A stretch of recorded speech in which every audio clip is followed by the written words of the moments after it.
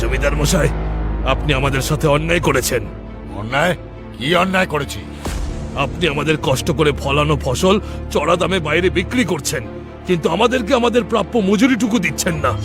আমাদের মতো গরিবদের পেটে লাথি মেরে আর আমরা আপনাকে ব্যবসা করতে দেব না। আর কোনো অন্যায় আমরা সহ্য করব না। এই পরাণ চাষি, তোর তো সাহস কম নয় দেখছি। জমিদার বাবুর সাথে এইভাবে কথা বলছিস? সাহসের আর কি দেখলেন নায়েব মশাই? এই চাষি ভাইরা যদি একত্রিত হয় তাহলে সারা গায়ে আগুন লেগে যাবে। সেই আগুনের হাত থেকে জমিদার মশাইও বাঁচতে পারবে না। হ্যাঁ, যতক্ষণ না আমাদের মজুরি বাড়ানো হবে ততক্ষণ আমাদের এই আন্দোলন থেকে আমরা এক চুলও নড়ব না। আমাদেরকে আমাদের ন্যায্য মজুরি দিতে হবে। দিতে হবে, দিতেই হবে। আমাদেরকে আমাদের কষ্টের দাম দিতে হবে। দিতে হবে, দিতেই হবে। জমিদার মশাই, এই পরাণ চাষি তো বাকি চাষিদেরকে একেবারে খেপিয়ে দিয়েছে। মজুরি না বাড়ালে এরা তো দেখছি কোনোভাবেই কাজ করবে না। এদের মুখ বন্ধ করতে আপনি বরং ওদের কিছুটা মজুরি বাড়িয়েই দিন। এই পরাণ চাষিকে পরে আমরা দেখে নেব। হ্যাঁ, ঠিক আছে ঠিক আছে, তোমরা শান্ত হও। তোমাদের মজুরি আমি বাড়িয়ে দেবো।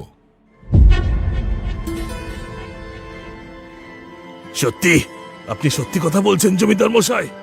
হ্যাঁ হ্যাঁ, বললাম তো বাড়িয়ে দেবো। জমিদার মশাই যখন কথা দিয়েছেন তখন ঠিক কথা রাখবেন। যাও এখান থেকে, সবাই খেতে যাও। যাও, ঠিকভাবে কাজ করো, সঠিক সময়ে সবাই মজুরি পেয়ে যাবে। যাও যাও যাও। হ্যাঁ হ্যাঁ, আমাদের দাবি মেনে নিলে আমরা নিশ্চয়ই কাজে যাব।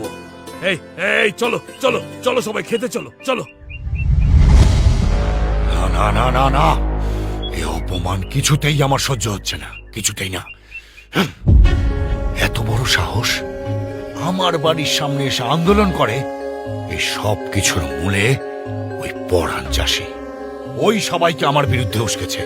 ওকে তো একটা শিক্ষা দিতেই হবে। জমিদার মশাই, আপনি চিন্তা করবেন না। ওই পরাণ চাষিকে কিভাবে শিক্ষা দিতে হবে সেটা আমি খুব ভালো করে জানি। আপনি শুধু আমার কথাগুলো একটু মন দিয়ে শুনুন।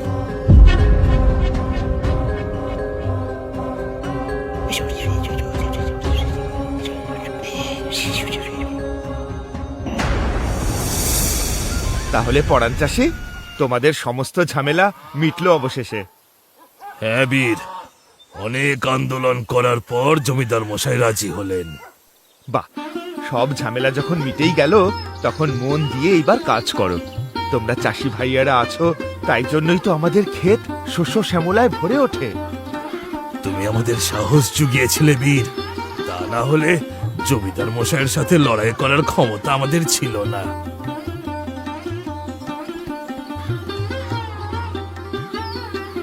পরাণ চাষি, সব সময় মনে রাখবে, অন্যায়ের বিরুদ্ধে লড়াই করতে ক্ষমতার প্রয়োজন হয় না, প্রয়োজন হয় সাহসে।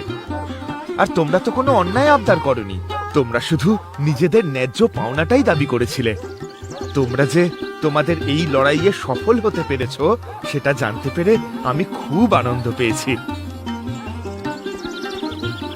এইভাবেই তোমরা চাষি ভাইয়েরা এগিয়ে যাও।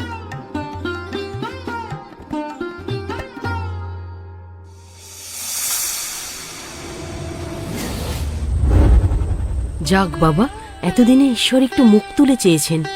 মজুরিটা একটু বাড়লে বর্ষার আগেই ঘরের চালটা সারিয়ে নিতে পারবো। এগো, আমিও তো তাই ভেবেছি। তবে কি বলতো গিন্নি, বীর যদি আমাদের মনে সাহস না জোগাতো তাহলে এসব কিছুই সম্ভব হতো না। সত্যি, বীর মানুষ রূপেই এক ভগবান।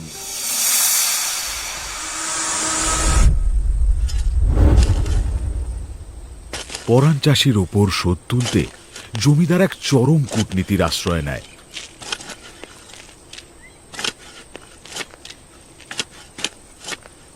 আরে তাড়াতাড়ি তাড়াতাড়ি হাত চালিয়ে কাজটা শেষ করো তো। কেউ দেখে ফেলার আগে কাজটা সেরে ফেলতে হবে। আর চিন্তা নেই নায়েব মশাই, এখন সবাই ঘুমিয়ে পড়েছে। দেখে ফেলার মতন আর কেউ নেই। যা দেখার একেবারে কাল সকালেই দেখবে।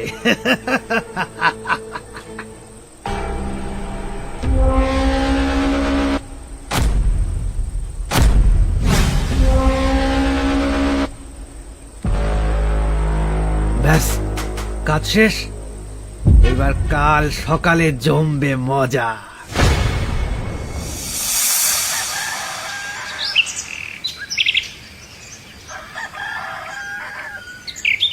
এসব আপনি কি বলছেন জমিদার মশাই? আমার বাড়ির নিচে দেবতার মূর্তি আছে? দেখো পরাণ, আমি কিছু বলছি না, যা বলার ওই হাড়ু বলছে। কিরে হাড়ু, বল। হ্যাঁ জমিদার মশাই, আজ ভোরে আমি স্বপ্ন দেখেছি এই পরাণ চাষির বাড়ির নিচেই এক দেবতার মূর্তি রয়েছে। কি শুনলে তো পরাণ চাষি? এবার তাহলে আমাদের কাজটা আমাদের করতে দাও। কিন্তু আর কোনো কিন্তু তো আমি শুনবো না। দেবতা যখন নিজে স্বপ্ন দিয়েছেন, তাহলে এই কাজে তুমি আমাদের বাধা দিতে পারো না। এই, তোমরা মাটি খোঁড়া শুরু করো।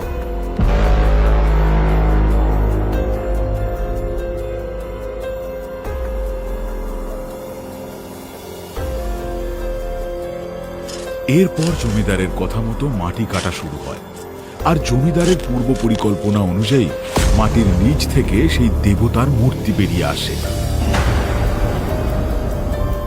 আরে, এই তো সত্যি সত্যি একটা দেবতার মূর্তি বেরিয়ে এসেছে। জমিদার মশাই, দেখলেন তো, আমি মিথ্যে কথা বলিনি। ঠাকুর রক্ষা করো।